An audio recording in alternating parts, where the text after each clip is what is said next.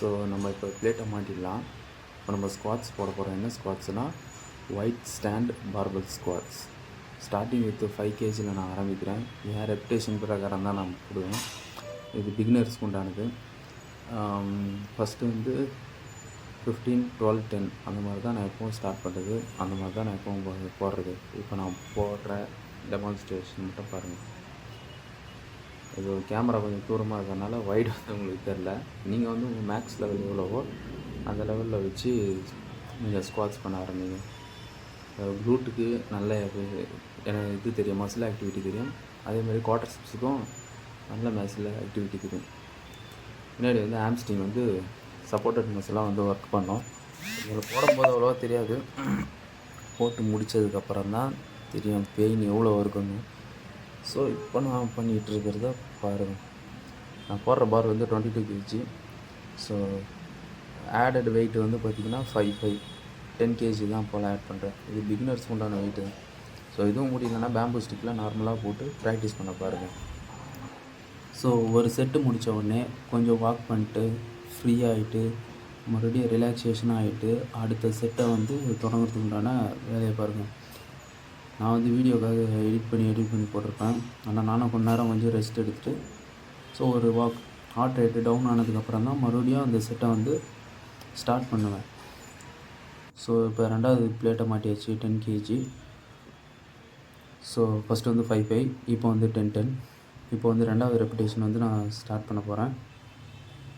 So நீங்கள் பார்த்துக்கலாம்.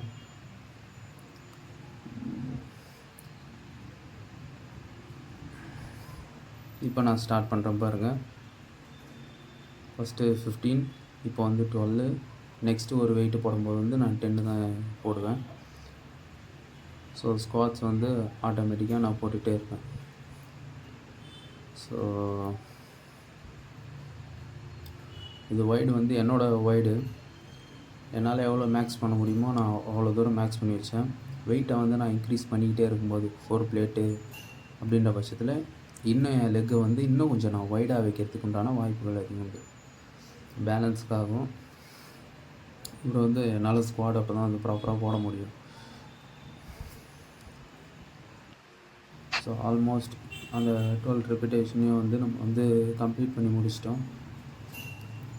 Next கிளாஸுக்கு வந்து என்ன செய்யலாம், ப்ராப்பராக வச்சுட்டு மூவ் பண்ணிடலாம். அதேமாதிரி நான் சொன்னதான், ஒவ்வொரு செட்டு முடிஞ்ச உடனே பார்பலை வந்து ப்ளேஸில் வச்சுட்டு ரிலாக்ஸேஷனாக ஒரு வாக் உங்கள்கிட்ட இருக்கிற அந்த கொஞ்சம் ஏரியாவில் பார்த்திங்கன்னா வாக் பண்ணி வந்துடுவேன். இப்போ வந்து மறுபடியும் நான் ஒரு 5 அந்த பக்கம் 15, இந்த ஆப்போசிட் சைடு 15.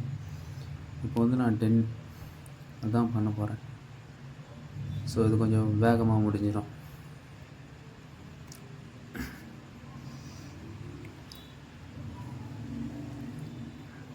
நானே பார்பலை கொஞ்சம் சைடாக தான் வச்சுருக்கேன், லெஃப்ட் ஹேண்ட் சைடு கொஞ்சம் அதிகமாக வச்சுருக்கேன். ஸோ நீங்கள் போடும்போது வந்து சென்டரில் போட பாருங்கள்.